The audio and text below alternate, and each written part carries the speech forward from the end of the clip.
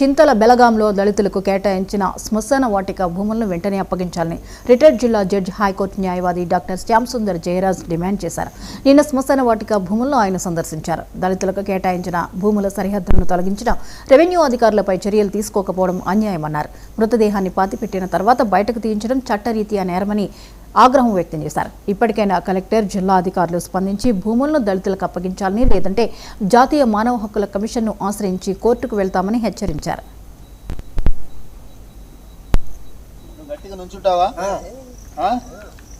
చాలా కాలం నుంచి చింతల బెలగాంలో ఉన్న దళిత కుటుంబాలు వాళ్ళ యొక్క హక్కుల గురించి ఎంతో పోరాటం చేస్తున్నట్లు రికార్డు క్లియర్గా తెలుస్తుంది.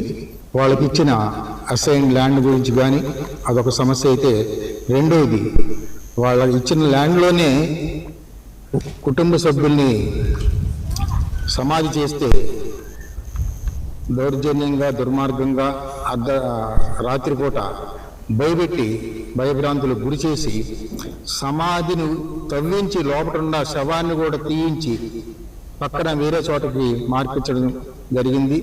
దీంట్లో రెవెన్యూ వాళ్ళు, తహసీల్దార్ ఆఫీస్ వాళ్ళు పోలీసు మీద, తహసీల్దార్ ఆఫీస్ మీద చెప్పుకోవడం జరుగుతుంది.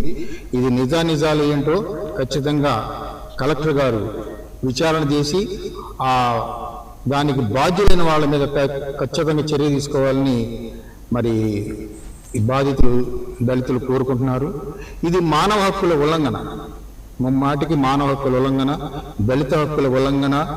SC/ST యాక్ట్ ప్రకారం కూడా ఇది చాలా తప్పు.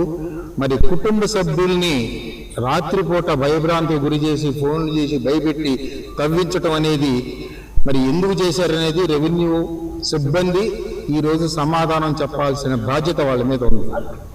ఆ సమాధానం కనుక చెప్పకపోతే చట్ట ప్రకారం ఎవరెవరైతే దీనికి బాధ్యులు, పోలీసు వారు కావచ్చు, రెవెన్యూ వారు కావచ్చు, వాళ్ళ మీద చర్య